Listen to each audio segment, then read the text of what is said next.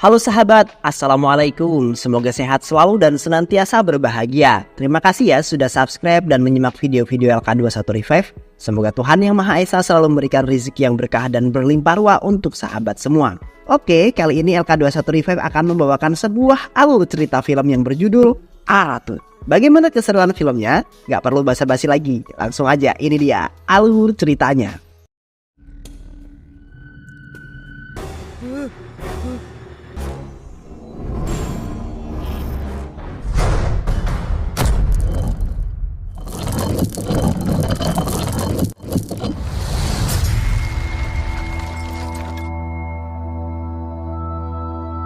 Film ini menceritakan seorang detektif yang mengusut sebuah kasus pembunuhan yang berantai, di mana dia mencurigai tetangganya sendiri. Detektif itu bernama Adu Daipan, yang diperankan oleh K. Bagaraj, dan tetangganya bernama Siva, yang diperankan oleh P. Vijay. Bagaimanakah ceritanya? Kita langsung masuk, ini dia alur ceritanya. Film diawali dengan POV dari seorang yang datang ke sebuah tempat menemui sebuah pria. Pria yang ia temui menyuruhnya untuk segera mengambil peti yang dititipkan padanya. Scan kemudian berpindah di sebuah gunung di mana ada orang berpakaian hitam menyeret sebuah peti. Di dalam peti itu ternyata ada orangnya. Pria itu berpakaian hitam dan bertopeng itu melakukan sebuah ritual dan memakan tubuh orang yang di peti hingga tewas dan meninggalkan sebuah surat di badannya. Esoknya di TV dikabarkan bahwa mayat Anwar Basa, saudara dari minister Tamil Nadu, ditemukan di gunung. Di sini kita tahu bahwa orang yang dibunuh pria bertopeng itu adalah Anwar Basa. इसे कवर कीजिए। Okay madam, अपनी पूरी service life में मैंने इससे भयानक मौत नहीं देखी। Di sebuah stasiun kereta, para polisi membangunkan seorang pria berbaju hitam yang nampaknya mencurigakan. Pria itu bilang ia hanya numpang tidur. Saat diperiksa isi tasnya ada banyak sekali alat-alat pemujaan. Ada sebuah foto wanita. Mereka menanyakan siapa wanita itu dan pria itu menjawab bahwa itu adalah kenalannya. Scan langsung berpindah ke wanita yang ada di foto. Ia bangun karena mimpi buruk. Nampaknya wanita itu membangunkan adik dan juga anaknya. Wanita itu bernama Parvati, adiknya bernama Siva, dan anaknya bernama Krishna. Siva mengantar Krishna ke sekolah. Di perjalanan Krishna menceritakan bahwa ada tetangga baru, keluarga seorang detektif bernama Afu Daipan yang pintar. Siva sempat bertemu dengan Afu Daipan dan asistennya. Siva memperkenalkan dirinya sebagai tetangganya dan bekerja di sebuah toko barang antik. Adegan kemudian berpindah di mana Afu Daipan datang ke kantor polisi. Kepala polisi memintanya untuk menyelidiki sebuah kasus penculikan pemilik hotel AMT yang bernama Tani Kacalam. Waktu lagi ngobrol, seorang polisi wanita datang dan memberikan sebuah gambar yang ditemukan di jasadnya Anwar Basa. Abu Daipan berkomentar, namun kepala polisi bilang kalau ia hanya menangani kasus Tani Calam saja, bukan yang lain. Pindah ke Siva, tak hanya bekerja di toko barang antik, dia juga seorang aktivis yang sering melakukan sosialisasi pencegahan tindak kriminal pelecehan seksual di sekolah. Dia berkeliling sekolah memberikan edukasi ke para siswa. Waktu lagi jalan-jalan santai, dia melihat seorang gadis kecil yang menangis.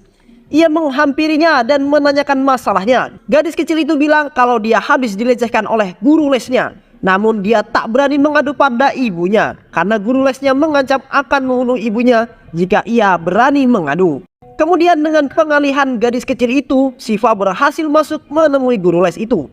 Tanpa basa-basi, Siva menghajar dan mengikatnya di kursi. Siva juga menyetrum guru les itu entah tewas atau tidak, karena Scan berpindah langsung ke Afu Daipan yang datang ke toko emas milik Tani Calam. Ia mencari berbagai hal yang bisa dijadikan petunjuk. Anaknya Tani Calam mengenalkannya pada Ramajun, anak buah dari Tani Calam. Karena gelagatnya yang mencurigakan, Afu Daipan menaruh rasa curiga pada Ramajun. Disinilah Tani Calam sedang disiksa di sebuah ruangan oleh seorang pria berbaju hitam, seperti pembunuh di awal film. Siva kemudian mendatangi pengacara San Bagorti untuk mengurus kasus pelecehan gadis kecil tempo hari. Saat sedang mengobrol, pembantunya datang memberitahu bahwa Nambi dari desanya datang ingin menemuinya. Sanbagorti nampak takut dan menyuruh pembantunya untuk mengusir Nambi. Jika lihat Nambi ini adalah si pria yang di stasiun kereta waktu itu. Sanbagorti bilang ke Siva untuk menemui Ismail, seorang agen yang ada di Kashmir. Entah agen apa yang dimaksud. Di perjalanan, Abu Daipan mendapat telepon dari Jolita, adik iparnya, yang mengabarkan bahwa Ramajun sering menelpon Ismail. Lagi menelpon gitu. Abu Daipan menemui Ismail. Ismail kemudian menawarkan para gadis yang masih di bawah umur. Wah, rupanya Ismail ini adalah agen begituan. Ismail को तुम कैसे जानते हो? Esoknya Nambi mendatangi Ramajun. Ia meminta uang 5 lakhs pada Ramajun. Ramajun pun memberinya uang dan menyuruhnya segera pergi. Ternyata asistennya Abu Daipan melihat hal tersebut. Di sebuah tempat, Sanbagorti ditangkap oleh pria berbaju hitam dan bertopeng seperti di awal film. Digantung terbalik dengan rantai ke sebuah danau. Perlahan pembunuh itu menenggelamkan Sanbagorti sampai tewas. Dia selalu meninggalkan sebuah surat di korbannya. Sampai sini kita masih belum bisa tahu siapa pembunuh tersebut. Pulang dari kuil, Ramajun kaget dengan keluarganya yang mau pergi keluar. Di dalam rumahnya sudah ada Abu Daipan. Sebelum ke rumah, Ramajun Abu Daipan sempat video call dengan kepala polisi. Dia bilang kalau penculikan Tani Calam ada kaitannya dengan kematian Anwar Basa dan Sanbagorti. Asisten Abu Daipan mengeluarkan bukti dan surat aset milik Tani Calam yang ada di rumah Ramajun. Lalu Abu Daipan menunjukkan foto Ismail dan Sanbagorti. Ramajun bilang tak mengenal mereka, namun ada bukti foto di mana Ramajun mendatangi kematian Sanbagorti. Lalu Ismail sudah ditangkap polisi dan menceritakan semua. Ramajun masih tak mengaku. Kemudian Jolita keluar membawa 4 tiket dan paspor atas nama Tani Calam, Sanbagorti, Anwar Basa, dan Daniel. Ramajun bilang kalau itu semua suruhan bosnya membeli tiket dan membawa paspor itu.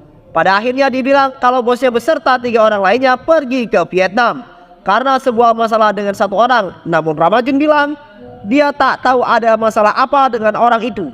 Abu Daipan masih terus mencari petunjuk. Pada akhirnya dalam sebuah rapat dengan asistennya dan Jolita, dia menyimpulkan bahwa pembunuh itu sudah mengikuti para korbannya bertahun-tahun. Saat ini Tani Calam masih misteri, sudah dibunuh atau belum. Yang jelas target selanjutnya kemungkinan Daniel. Pembunuh ini juga dicurigai sebagai penyembah dewa Siwa yang taat. Abu Daipan meminta Jolita untuk mencari petunjuk soal surat-surat dan petunjuk soal pemujaan yang ditemukan. लोग संवार स्थल के नाम से जानते हैं. Di sisi lain, di sebuah gurun pasir, pembunuh itu mengeluarkan sebuah peti. Di dalam peti, kok ada Nambi. Ternyata pembunuh itu bukan Nambi, tapi adalah Siva. Nambi yang kehausan dihajar Siva dan diberikannya air. Itu ternyata bukan air tapi thinner untuk pernis kayu. Siva yang kemudian meminum pernis itu dan menyemburkannya ke Nambi dengan api yang akhirnya membakar Nambi hidup-hidup. Tak lupa Siva meninggalkan surat di dekat korbannya. Rupanya Daniel ada di Chennai. Abu Daipan menemuinya dan memperingatkan soal pembunuhan itu. Daniel bilang dia datang ke Chennai karena mendapat kabar soal kematian rekannya. Di sisi lain, Ramajun menyuruh orang untuk mengikuti Abu Daipan. Esoknya di kantor polisi, Abu Daipan dan para polisi lain menyelidiki kehilangan Daniel. Padahal Daniel baru saja bertemu dengan Abu Daipan kemarin. Saat cek di CCTV, Abu Daipan menemukan ada Siva yang keluar bersama Daniel. Abu Daipan pun mendatangi Siva. Nampaknya Siva sedang mempersiapkan pengiriman paket. Abu Daipan menanyakan soal kemarin Siva bertemu seseorang. Siva menjelaskan kalau dia kemarin bertemu dengan pengusaha real estate bernama Daniel. Ia berniat menjual tanah ke Daniel, jadi Daniel dan dirinya survei ke sebuah tempat. Jadi yang sebenarnya terjadi saat itu, Daniel pergi dengan Siva ke sebuah tempat. Daniel nampak bersemangat melihat lahan tersebut. Saat menengok ke belakang, Siva sudah hilang. Daniel mencari-cari dan dari belakang ada peti yang menabraknya. Ternyata Siva yang menendangnya. Terjadilah perkelahian yang mana Daniel kalah dan ditendang masuk ke dalam peti. Kebetulan peti yang lagi didudukin asisten Abu Daipan itu adalah berisi Daniel. Siva lalu menawarkan mereka kopi. Abu Daipan bertanya kenapa Siva gak minum juga. Pemilik toko bilang kalau Siva adalah pemuja dewa Siwa yang sangat taat. Dia sekarang sedang berpuasa. Abu Daipan pun pergi, namun tak lama dia kembali dan meminta Siva membuka petinya untuk pemeriksaan. Asistennya kemudian membuka peti itu dan isinya ternyata sebuah jam, bukan Daniel. Abu Daipan sempat memasang kamera kecil dan dia minta maaf lalu pamit pergi. Sekian kemudian berpindah ke pegunungan bersalju. Di sana ada Siva yang membakar peti. Di sebuah pohon sudah ada Daniel yang diikat. Ia sudah kedinginan banget nih. Siva kemudian menancapkan surat itu ke badan Daniel dengan paku dan meninggalkannya mati kedinginan. Abu Daipan rapat dengan Jolita dan asistennya. Ia melihat kamera yang ia tinggalkan dan menemukan kejanggalan. Jolita melaporkan kalau di buku harian Siva ada banyak manuskrip dan diagram pemujaan. Abu Daipan CS pergi ke toko antik Siva secara diam-diam. Mereka masuk ke dalam dan mencari bukti-bukti. Namun saat sedang mencari-cari, mereka ketahuan sama siapa nih? जीजू Scan kemudian berpindah ke sebuah tempat di mana Siva melakukan doa. Dia lalu membuka peti dan melemparkan tali calam. Dia menghajarnya dengan senjata khas Dewa Siwa. Tapi datanglah Ramajun beserta antek-anteknya. Ramajun marah karena Siva berani menculik bosnya. Siva bertarung dan nampak akan kalah melawan anak buah Ramajun. जीजू Balik ke kilas sebelumnya. Ternyata Abu Daipan CS ketahuan oleh Siva. Abu Daipan pun menceritakan kecurigaannya dan tuduhannya pada Siva yang telah melakukan pembunuhan. Abu Daipan memaksanya mengaku dan menanyakan alasan melakukan hal ini. Siva pun menceritakan kisahnya. Siva tinggal bersama keluarganya di desa. Ada ibu, ayah, kakak, dan adiknya. Diketahui kalau Nambi ini ternyata kakak iparnya. Ya, Nambi yang belum ada jenggot dan kumis tersebut. Siva nih sayang banget sama adiknya yang bernama Arudara. Keluarganya dikenal sebagai keluarga pembuat patung pemujaan. Keluarga mereka hidup harmonis seperti keluarga pada umumnya.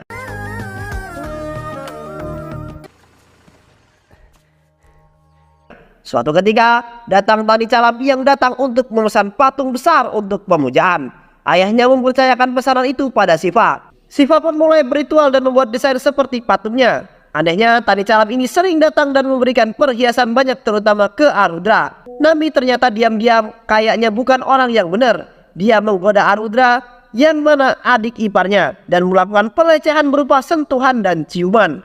Arudra yang masih polos hanya mengira itu candaan. Siva sayang banget sama adiknya. Dia bahkan membuat wajah patung itu dari wajah adiknya. Nampak Arudra sedang belajar ditemani Nambi. Nambi wajahnya udah kayak gak kuat nih. Dia terus melakukan sentuhan nakal ke Arudra. Arudra polos aja nih. Kegeplah tuh si sama Siva. Siva tapi biasa aja dan bilang mau pergi. Nambi beralasan kalau dia lagi ngajarin Arudra. Nambi menemui Siva saat sedang membuat patung. Nambi bilang kalau Arudra butuh dileskan karena sebentar lagi ujian. Tapi keluarganya tidak ada yang bisa antar jemput. Nambi bilang dia yang bakal antar jemput dan dia juga sudah bayar uang pendaftaran. Ternyata ini semua akal bulus Nambi. Ya, waktu antar jemput, Arudra si Nambi melakukan aksi bejatnya. Sentuh sana sini, peluk sana sini. Arudra juga mulai merasa ini hal yang salah dan ia merasa risih. Melihat wajah resah adiknya, Siva menanyakan masalah apa yang terjadi. Tapi Arudra tak mau cerita. Arudra sendiri bingung ingin menceritakan mulai dari mana. Arudra bertanya pada ibunya soal hubungan seksual. Namun ibunya malah memukulnya. Dalam keluarganya hal itu dianggap hal yang tabu. Suatu pagi Arudra bersiap pergi ke upacara keagamaan. Nambi menggodanya dengan mengambil perhiasan. Nambi bilang dia yang akan memakaikannya. Waktu mau dimakaikan, Tani Calam melihatnya. Nambi panik dong. Tani Calam memukulnya dan marah-marah. Lalu membawa Nambi ke mobil dan mereka pun pergi. Suatu malam, Parvati mendapat kabar buruk soal Arudra. Ia memberitahu ayah dan ibunya. Ayah dan ibunya shock parah. Arudra dibawa ke rumah sakit dalam keadaan sudah berlumuran lumpur dan tanah. Siva datang dengan panik. Ia bernyata apa yang terjadi dan Arudra menceritakan. Rupanya malam itu Nambi membawa Arudra ke Tani Calam. Di sana juga ada Daniel dan Sanbagorti.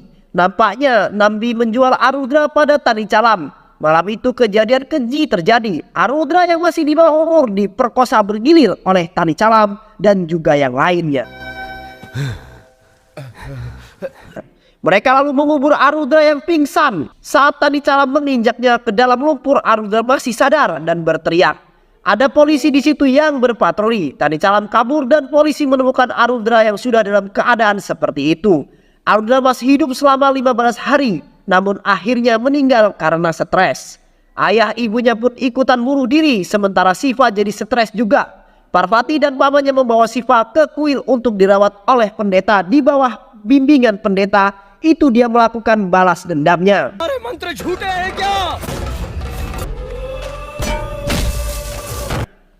Siva bilang kalau di luar sana masih banyak korban pelecehan yang tak berani mengadu sama seperti adiknya. Siva ingin memperjuangkan keadilan untuk mereka karena para predator seksual itu tak akan jera jika hanya dihukum di penjara. Begitulah kisah Siva. Polisi ternyata juga sudah mendengar itu dan berada di toko. Siva pun kabur dan mengunci mereka semua. Bu Polwan menyalahkan Abu Daipan karena tak langsung menangkap Siva. Balik ke scan di mana Siva melawan antek-antek nama Jun. Polisi beserta Abu Daipan rupanya sudah sampai di lokasi. Siva bangkit dan menghajar mereka semua hingga menyisakan Tani Calam. Ia pun menghajar Tani Calam tanpa ampun. Ia melemparnya ke kubangan lumpur sama seperti yang Arudra alami dulu. Siva menginjak Tani Calam ke dalam lumpur. Tani Calam memohon ampun tapi tak digubrisnya. Siva menusuknya bertubi-tubi sampai Tani Calam sekarat. Dan kemudian finishing terakhir, dia menusuk leher Tani Calam disertai bayangan adiknya yang membawa Trisula Dewa Siwa. Dendamnya pun terbalaskan sudah. Tani Calam tewas mengeraskan dan Siva membakarnya. Film pun selesai. Banyak sekali pelajaran hidup yang kita dapatkan dari film ini ya teman-teman. Semoga teman-teman semua terhibur setelah menyimak alur cerita film ini. Terima kasih sudah menyimak video-video LK2135. Semoga sahabat semua terhibur dan sampai bertemu lagi di video-video berikutnya. Wassalamualaikum warahmatullahi wabarakatuh.